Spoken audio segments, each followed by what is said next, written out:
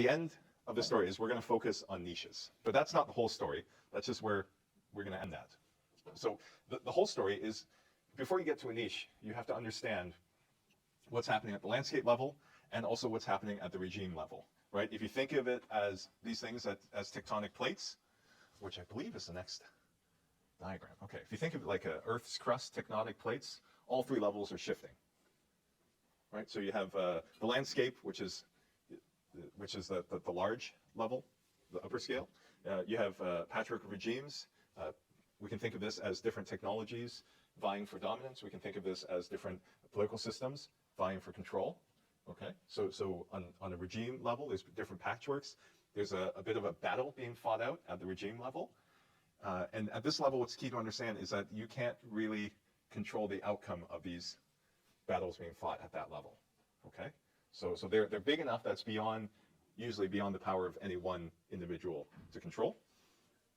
And the niche is basically where, if you have a new technology, the argument is that's where you should start, because that's where you can try and get a foothold, and we can try and have an impact by starting at the bottom and then going up, influencing the regime. And then if the landscape is right, it'll give you an opportunity to open up and really change the system. Okay, so if you think of it as tectonic plates, they're always shifting. This is what you get. And hopefully you can find a niche with your innovation that swoops in at the right time, right,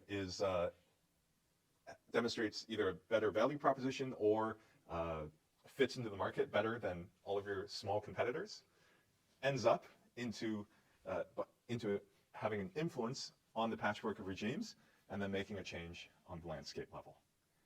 All right? So it's highly unlikely. Just have you heard of like most startups, most businesses fail, right? We can think of this in terms of business, right? If you're a startup, you're most likely to fail. You start at the niche level. But just because you're likely to fail at the niche level doesn't mean you shouldn't start at the niche level, right? You're competing to make a landscape change. So think of it, you can also think of it as technology, right? Why bother inventing technologies if your prototypes are usually quite flimsy, they're usually no good, but it's a minimum proof of concept, right? How can you make a change with such a flimsy first attempt at a product? The attempt is trying to attempt to get into the niche level, right? And then if it's any good, then you can iterate on that and then get into the patchwork of regimes. And then if the landscape is right, then you can slide in there. You might be wildly successful.